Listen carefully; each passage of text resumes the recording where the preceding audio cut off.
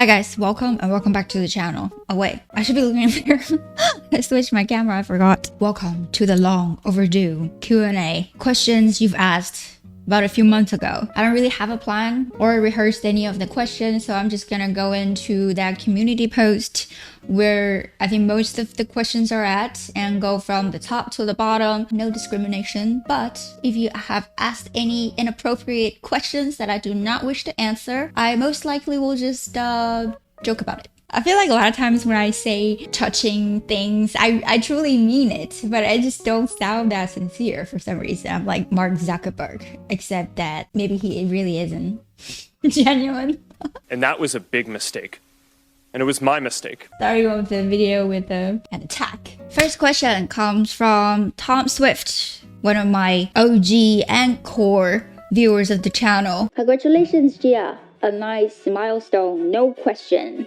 Great channel, content, player, person, and photo. Well done. Thank you. No questions asked.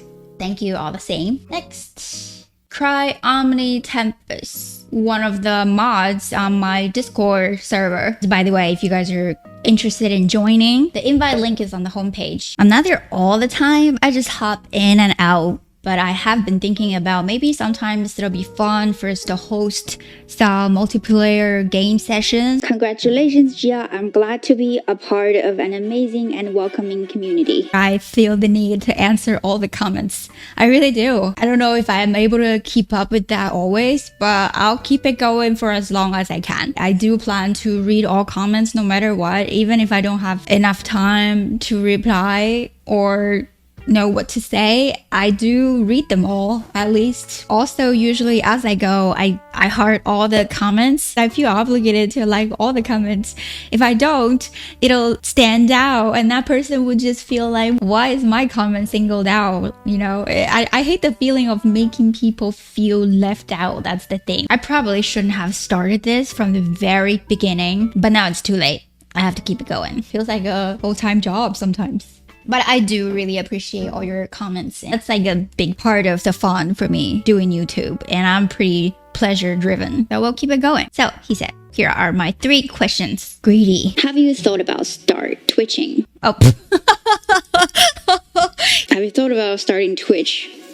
Yes, I have. I kept hearing about how fun it is to interact. Sometimes I do feel like playing the games by myself, it's like a really long monologue that I deliver when there's no interaction. The interactions come much later. Sure, yes, I have thought about Twitch, and also another part of it is I think if it's able to bring me a second source of income, that would be great. It can probably free up more time for me from fashion to gaming. If I'm being totally honest here, more and more I feel so drawn to the gaming world more so than the fashion industry. Sometimes I really wish I had more time to make more content, but I have to focus on making a living first. You might be thinking, hey, your channel is monetized. Why aren't you making money from the channel?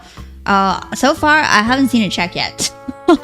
I've made under $40 from the whole YouTube journey. So that's not enough. So I think Twitch, yes, it might be fun and it might bring me a decent amount of income. But here's my thought about doing Twitch. I think you're expected to have a set schedule, right? Because when you go live, people would subscribe and then they're paying for the subscription, and then you have certain responsibility to deliver enough content to make their investment worth, right? But I don't know if I can guarantee any schedule. I'm just focusing on YouTube. I want to make sure that there's enough content for YouTube first. And another thing is I play mostly story-driven games on my YouTube channel. I play all kinds of games. But on the channel, they're mostly story-driven games. This is already enough multitasking for me. Like to keep an eye on all the devices and also the environment, try to commentate, try to grasp the plot line of the game, try to at least be decent with the gameplay. It's just like a lot to manage. I can't imagine throwing in more chats. So if I were to do live stream, Twitch or YouTube, most likely will just be random gameplay. of, say, when I play Tetris, something that I'm really good at and brag a lot about. Something mindless I can play and then look at the chat. It's not something that I've never thought about before, but there are just a lot of things I have to take into consideration. I have been thinking about streaming game awards this year. If I can get out of my shell, dare to try a live stream, that might be the very first thing I want to live stream. So be sure to turn on your notification bell, because what if it happens? You're gonna miss it. I think we all know that YouTube is not very enthusiastic about pushing my content. Okay, next question. What was the first immersive game you have ever played? Whoa. That is a thinker. The Witcher 3. For one thing, that was the very first realistically rendered open world game I've played. And that was also the very first PS4 game I owned. That was the only game I had, so I was playing it day and night. And when I played that game, the TV was in the bedroom. Here are my thoughts about game immersion. It takes really a lot for us to feel truly immersed in a game. For one thing, yes, the graphic style or the art style. For me personally, I find it difficult to immerse myself into a world, for example, like Breath of the Wild, which is more stylized, less of a realistic approach. I embrace their beauty, like the beauty of the stylized games. But if we're talking about immersion, playing that type of stylized games, I feel more like an outside observer, if that makes sense. And I think that's totally okay. And also the animation quality, are the characters moving as realistic as they can be, dialogue flow, even the logic in their conversations. Does it have like a dynamic weather system, and how responsive are the NPCs? They don't always have to talk to us, but there are subtle things such as when we walk right in front of them, are they gonna react to the fact that we're like being so close up to their faces? Or how they would react to like an accident happening right in front of their eyes. The intelligence of enemy AI, just so many things. Oh, sound effects plays a lot into the immersion and the performance, either voice actors or like mocap actors and actresses. It takes a whole lot of things for me to feel immersed in the games. So, The Witcher 3. If you could be one character in a game, who would it be?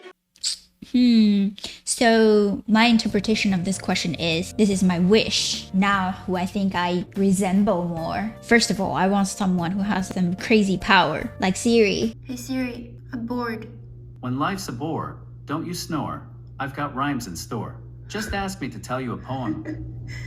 Like Siri in The Witcher 3, but I don't know if I want to be somebody who's constantly chased because of her power. Truth be told, I'd like to be a witcher, but I also would like to stay a female. Maybe Tiny Tina. For one thing, she has great social support. She has a group of friends who love her, care about her, play with her, willing to play the game that she designs. They must love her so much, and I like that.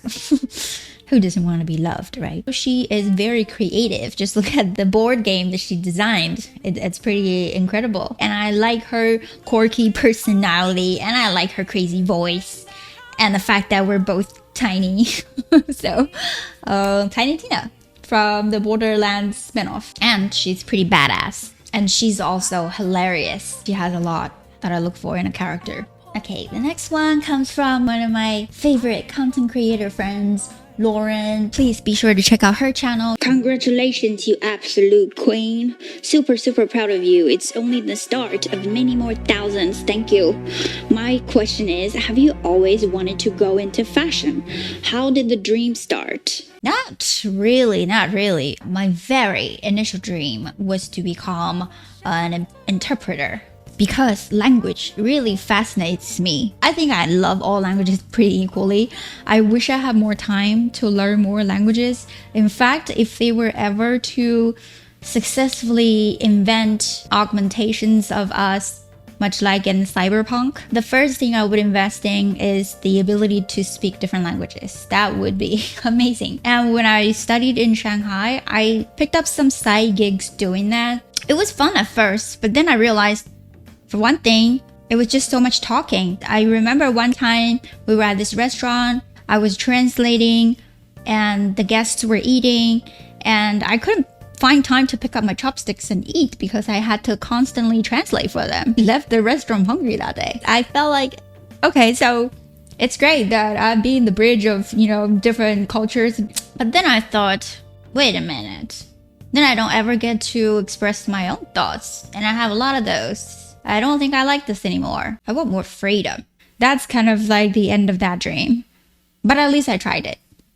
Briefly. I was, however, always interested in fashion. I remember myself as a kid watching runway shows that they replay on TV, thinking, wow, these people look amazing. Look at the way they're walking. If I'm being totally honest, my dream was to become one of the models. But then I realized, okay, I'm never going to be that tall. Besides the models, I also really appreciated the beauty of the garments. I had kept an eye on fashion all along, but just didn't really see it as a dream per se. And then later I moved to the US, started to study graphic design and fine arts. And I would spend a lot of my free time doodling croquis. So on the third year of my graphic design program, I switched to fashion design officially. And that's when I really have found my passion in designing garments. So I would say that passion was always there, but it was kind of hidden under. A big part of it because of my mom didn't like it whenever she saw me drawing. In her mind, that was just a waste of time. Why are you drawing? You should be like, I don't know, studying math or something more practical like physics or chemistry, that kind of stuff, not drawing. But once I started the fashion program, it felt like a natural fit. And I haven't shifted from that since. Although gaming is kind of like getting more and more of my attention these days. So we'll see what happens. Okay, the next question. Jianimal. He is one of my oldest YouTube friends. On his channel, he focuses on horror games, AAA or indies. In fact, he plays a lot of indie horror games. So if that's your cup of tea, be sure to check out his channel. He is so funny and he puts so much effort into editing his videos, lots of memes. He's like this very interesting combination of this sweet person combined with gore and blood. An absolute terror, and I think it creates like a great chemistry for his videos. So let's see what he asked. Yay! Sending a huge congratulatory hug your way. Seeing your growth over the past few years never ceases to amaze me. You are my inspiration. Question: what is your earliest gaming memory? Super Mario Brother. Oh, that's gotta be the very first thing I've ever touched in terms of gaming, and it wasn't my console. I wasn't lucky enough to have one. It belonged to one of my childhood friends, Ada. Of course, back then she didn't have that English name. We all got one when we started our English lessons in school, and back then mine was Catherine.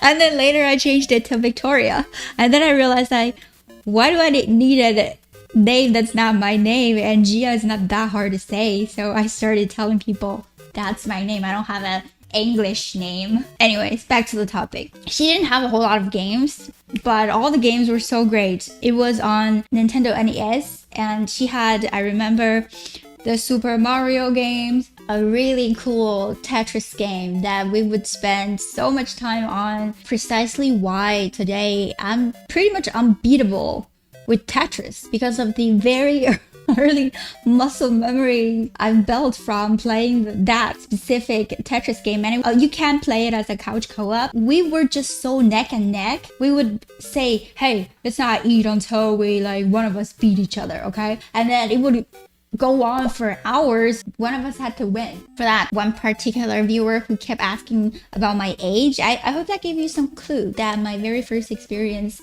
with gaming is the Nintendo NES. I was very young, but still, I hope that gave you enough context to do the math. And please stop asking. And then we played a lot of Contra. It was so hard. Contra is hard. And my memory about Super Mario is just perfect, and I always think of that game so fondly. I kind of mentioned this on the Discord server yesterday. I couldn't beat it when I was a child. The only way I've seen the ending of that game was playing it on the Switch and constantly save. Like every level, every world I complete, I save. It's kind of like cheating, but at least I got to see the end. Finally, the game was pretty much fine-tuned to perfection in my mind. That music is something I still constantly think about. I just, it never leaves you. Visually stunning. That game aged like wine. When I played that game, I didn't speak English. I didn't understand the story. But it didn't matter. The gameplay itself is so much fun. It was enough to keep me going, and many other people that I knew. I remember myself thinking, okay, it seems like Mario is on his way to the castle at the end of each world to meet up with this girl. And then they stand together and they say something on the screen. And then he's on his way to meet the next girl who looks the same. What? I was very confused about the story, but I didn't really care. Next question. Cleansy Andromeda. I think out of all the viewers, Cleansy is one of the top 3 fastest who would arrive at my videos usually within 5 minutes after it's uploaded. So thank you so much for your very swift support of this channel. And I appreciate you so much. Therefore, you deserve to have 2 questions. What is your most favorite open world game? That's a tough one. This is like naming your favorite pet. You know what? I do plan to make a separate video sometime soon, talk about my top 5 favorites games of all the genres. And I'm sure a lot of them will be open world games. I'll keep it brief in this video, okay? I'm a really big open world game fan. I have just so many potential answers to this question, but for now, let's just say... No, I can't say it. Okay, I have to say one. The Witcher 3. That actually reminds me of a question I have for you guys. Recently, CD Projekt Red has announced their free PS5 update for The Witcher 3, which will come out sometime next month, December 14th. I've been itching to replay The Witcher 3, so I've been waiting for this. Would you guys be interested in seeing The Witcher 3 on the channel, knowing that it won't be my first playthrough, but I have such passion for? Not necessarily play the whole game, but just the main quests and the side missions. So please let me know in the comments if that's something you're interested in. Why have you decided to work in this platform by playing video games? For one thing, I felt lonely as a gamer. Yes, I have so many friends, but among them, I only had one friend, one of my besties in New York, who is a gamer. But she's not really like a hardcore gamer, more like whenever she's over, we'll play games together. But she doesn't think about games a whole lot or want to hear about it a lot. I was playing The Sims 4, kept telling her stories about what happened in my Sims life. At some point, she said she had had enough and said, "That's enough of your update about the Sims game." To regain her interest in hearing about the games, I actually named one of the newborn child in the Sims family with her name. I thought that would help, but she doesn't care. So I felt the same way at work. My coworkers cared about gaming as little as they care about sports. Very different worlds. That changed later though. During the COVID lockdown, a few of my coworkers actually picked up a Switch and we played Animal Crossing together. Who knows where the next 5 years can take us, This industry is really thriving. But back to the topic. I was dying to find similar-minded people to enjoy this medium with, and I cannot be happier about the results. I mean, I don't think the channel is successful by any measure. I have no idea if it will ever be, but I feel like I fulfilled my initial goal of finding and connect with people like you, and also this way I can save Chloe from ever hearing about these gaming rants anymore. Another big push that started me on the channel was the COVID lockdown.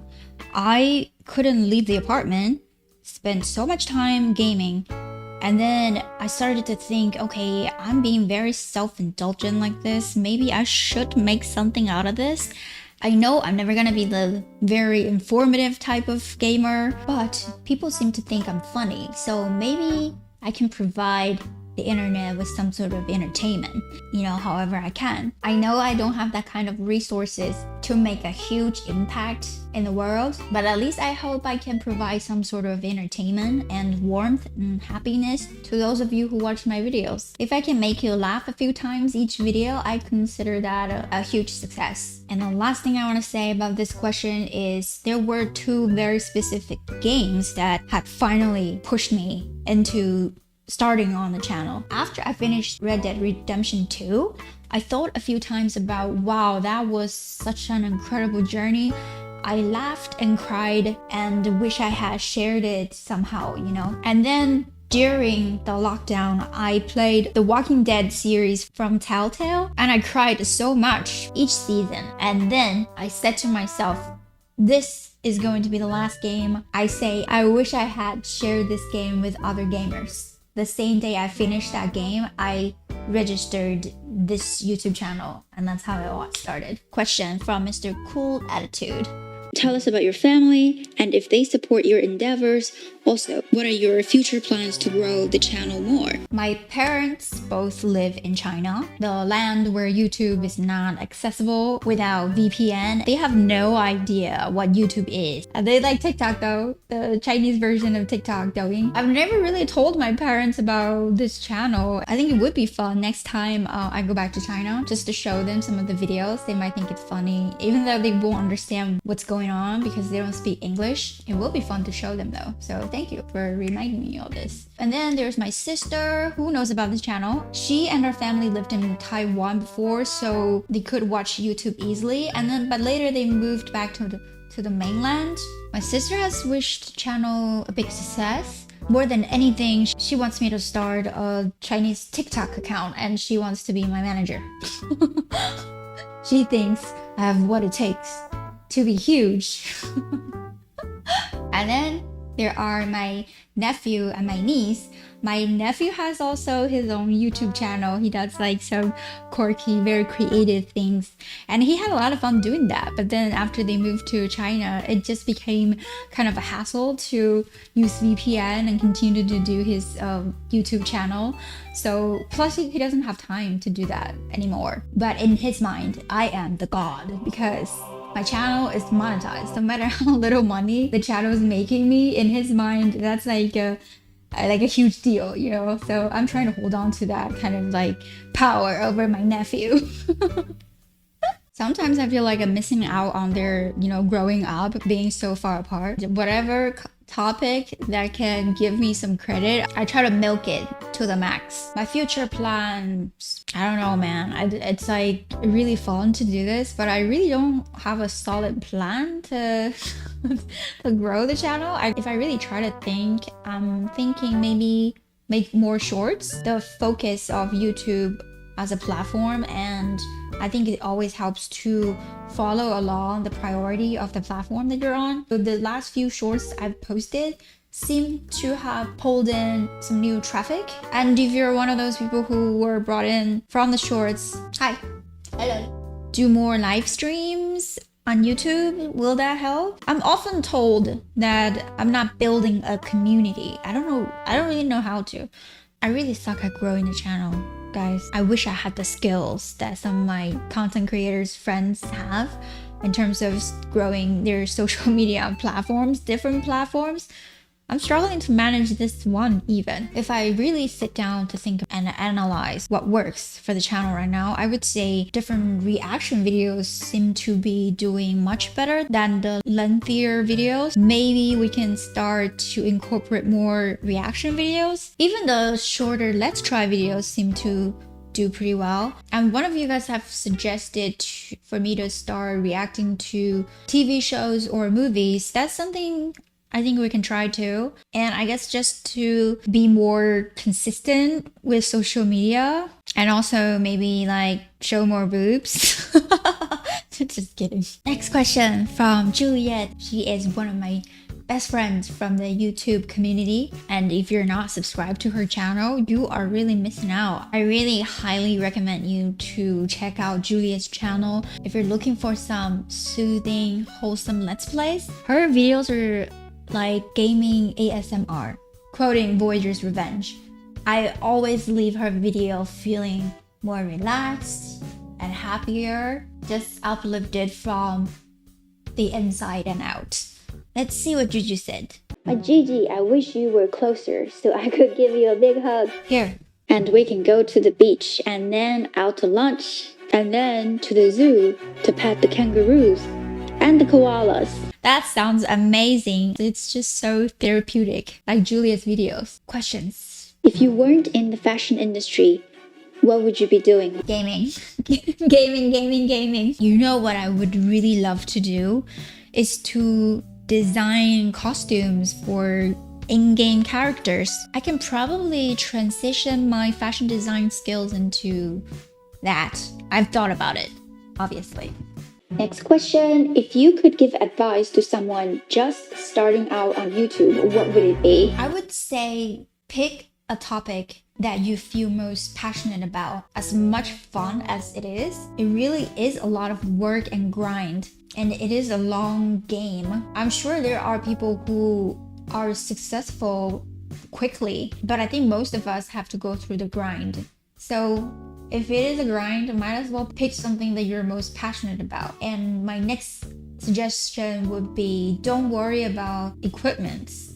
It's really just a practice at first. It took me quite a while to feel truly like myself talking in front of the camera. I think most of us are not comfortable commentating in front of a camera. I would say to that person, you will get used to it after enough practice. Maybe after 10, 15 videos, you'll feel so much more at ease. And also don't be afraid of making mistakes.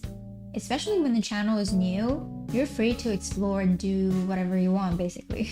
Okay, next question. Or questions come from Shiv Pedal or Shive. Please correct me if I'm pronouncing it wrong. I recognize this name. Thank you so much for checking on me during the long break. That day, out of the blue, I decided to check my inbox and saw some of your emails. It really warmed my heart. I hope you know how much your emails mean to me. If a genie gave you 3 wishes, what would they be? And you can't answer for unlimited wishes for want world peace. I mean, I do want world peace, especially this year. But since you've ruled that out, I'm gonna just make some more selfish wishes, I guess. My first wish is always gonna be, I wish good health for my family and friends. And then I wish this channel will grow and grow and grow to a point where I can split my time evenly between fashion and gaming. That would make me very happy. And my last wish would be, I don't want to be too greedy, but since it's a genie, I wish to speak 15 more different languages. Have you ever walked down a catwalk with your designs? If not, would you? I have modeled a few times. Maybe I'll insert some of the photos here. I'm pretty sure now they just look kind of ridiculous and outdated. But I have done that before. This one you're looking at, it was for a makeup company. I've only walked once on the catwalk. That was for one of my classmates for her collection. And I guess she liked my attitude. In fact, the makeup artist was nowhere to be found. I ended up doing my own makeup and a bunch of other girls. That was fun. Question number 3. As we all have a preference, are you Android, iPhone, or miscellaneous?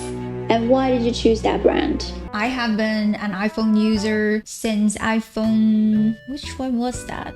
iPhone 2? One of the earlier models, and I've never switched. For one thing, I do appreciate the minimalistic, beautiful design aesthetic of their products.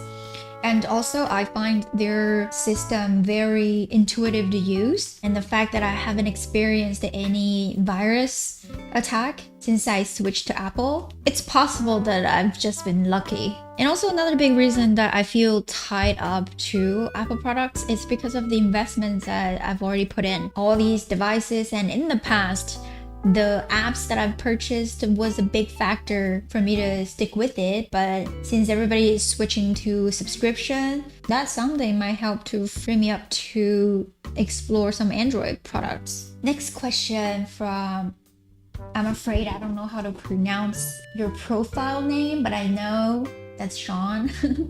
The Last of Us fan. 1K Dalongia. Is that congratulations in Scottish? Another super cool picture. Do you design the outfit? No. Bought it from Zara. Ooh, questions. How many of the outfits you wear on cam did you design/make yourself? Almost none of them. I can't remember the last time I designed anything for myself, let alone sewing them. It really is very time consuming to sew, plus it's loud. I feel guilty sometimes sewing in my New York apartment because the walls are so thin. I feel like, I shouldn't be operating what sounds like a factory in my apartment. It wouldn't be fair to the neighbors. But once, if I ever move to a house, I can see myself picking up sewing again. What are some of your favorite highlights you've had during this amazing growth? Highlights. The very first God of War 2018 video was the first time I had experienced what it felt like when your channel is suddenly getting a significant growth. And I was like, oh my gosh, I'm gonna be huge. Still not huge. But that was the very first moment I remember feeling the growth within a short amount of time. And then the second time was out of nowhere. One of the Last of Us Part 2 videos suddenly gained a lot of traction. I do think that was an amazing episode. Not because of anything that I did differently, just how intense that section of the game was. Trev and Tom were here, I think, when I had less than 50 people. What was the first game you ever played and what platform was it on? That would be the Super Mario Bros. Game on Nintendo NES, which we have touched on earlier. Next question from Jeremy. Do you like pineapple on pizza? Or are you not a psychopath? So you're still bitter about the pizza thing. I feel weird still having pineapple on my pizza. That would be my desperate grab. If there aren't that many other good flavors left, I might grab a slice that has pineapple. That would be my first choice. Next question from Rich. How long have you been designing clothes? I designed a lot of Barbie clothes back then, come to think of it. So I'd say decades. You can see that my answers are getting not serious because I've been sitting here for a long time. Next one from OM. Those are awesome glasses. Glasses? Oh, this. Thank you. Not really a question, but thank you. Next question from Anthony Stevenson. What inspired your love for fashion? The origins of my fashion passion, a lot of it came from my sister. My sister is 6 years older than me, and she was very much into fashion. So sometimes she would be watching fashion shows on TV, and she would buy fashion magazines. And also she gave me a Barbie doll to play with. All these things were very fashion focused. And I played with the doll, and then I started making clothes for the doll. Read all her magazines from cover to cover because I didn't have any pocket money like she did. And really just absorbed everything I could from those magazines. So I think all those three things together planted that seed in me, but nothing came to fruition really until I went to school and switched from graphic design to fashion much later on. Next question from Turner5189. What are your thoughts on Disco Elysium? I haven't finished the game yet, but I'm like maybe 10 hours in. It is a great game. I just wish I hadn't purchased it on the Switch. It was pretty painful to play it on the Switch at first because of the lengthy loading screen and also random crashes that would cost me a lot of progress. After they optimized the game, it became a much better experience overall, but I guess my initial momentum was interrupted because of, you know, the various issues. I was intrigued by the story and just how unique that game is. And I think the voice actors did an amazing job. I'm gonna wait a little longer to see if the Switch edition will get even better. To sum it up, I think it's a great game, but my experience was hindered by the Switch port. And last question from Jaden. Last of Us or God of War? Another really hard pick. This really will have to wait for the top 5 ever favorite video. I look forward to that. But for now, Last of Us or God of War? Wow, this is really hard. That's impossible to answer. Not to me, it's like watermelon or pomegranate, Harry Potter or Lord of the Rings. Oh my gosh, but I have to answer this. It's a legit question. For now, I'm gonna go with The Last of Us. And we can discuss more in details when I do my top 5 favorite video games of all time. But as for now, thank you so much for watching this very lengthy, rambly Q&A video of mine. I was peeling this snail as I answered the questions, and now that one is like completely nude. Oops, so shy. I feel so naked. It's been a long time. I gotta go walk around and have some snacks. But that was a fun video to make. I hope you guys have fun watching this. As for now, take care and I'll see you in the next video. Love you guys.